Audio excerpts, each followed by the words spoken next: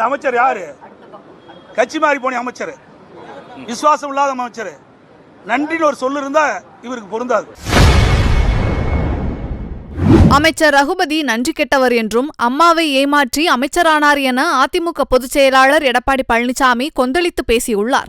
சொல்லிட்டு இருக்கிறேன், எங்களுடைய அரசாங்கம் கிடையாது, எங்களுக்கெல்லாம் நீங்க தான் கூட்டு மாதிரி கொடுத்துக்கிட்டு இருக்கிறீங்க. இந்த செய்தியெல்லாம் உங்கள் ஊடகத்தின் வாயிலாக பத்திரிகைகள் வருகிற செய்தியெல்லாம் பொய்யா?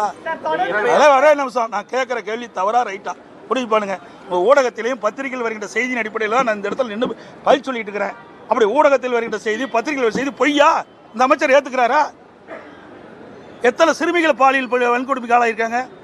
நிறையா பள்ளியில் ஆசிரியர்களால் எவ்வளோ பேர் பாலியல் வன்கொடுமைக்கு ஆளாயிருக்கிறாங்க? ஆவுடையார் கோயிலில் நான் இதே நம்மளுடைய தொலைக்காட்சிக்கு முன்னாடி ஊடகத்தை பத்திரிகை வேலை சொல்லியிருக்கிறேன். இன்னும் இது வரைக்கும் எஃப்ஐஆர் பதிவு பண்ணலையே. ஏன் பதிவு செய்ய மறுக்கிறாங்க? அங்கே இருக்கிற ஒரு அமைச்சர் உடைய தூண்டுதல், அங்கே இருக்கிற அமைச்சர் பாதுகாப்பு கொடுத்துட்ருக்கார்.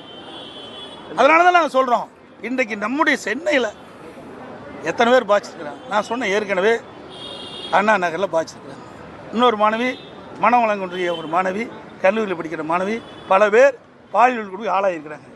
இப்படி சமீப காலமாக ஏற்பட்டது நிறைய இருக்குது.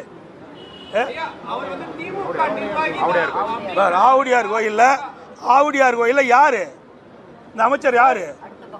கட்சி மாறி போன அமைச்சர், விசுவாசம் இல்லாத அமைச்சர். நன்றின்னு ஒரு சொல்லு இருந்தா இவருக்கு பொருந்தாது. அனைத்து இந்திய அண்ணா திராவிட முன்னேற்ற கழகத்துடைய தொண்டனுடைய ரத்தத்தை வியர்வையாக மண்ணிலே சிந்து இவரை வெற்றி பெற செய்தாங்க. அம்மாவுடைய கருணையால் இவர் அமைச்சராக்குனாங்க. அந்த அடையாளத்தை வச்சு தான் அங்கே அடைக்கலம் கொடுத்துருக்காங்க திமுகவில்.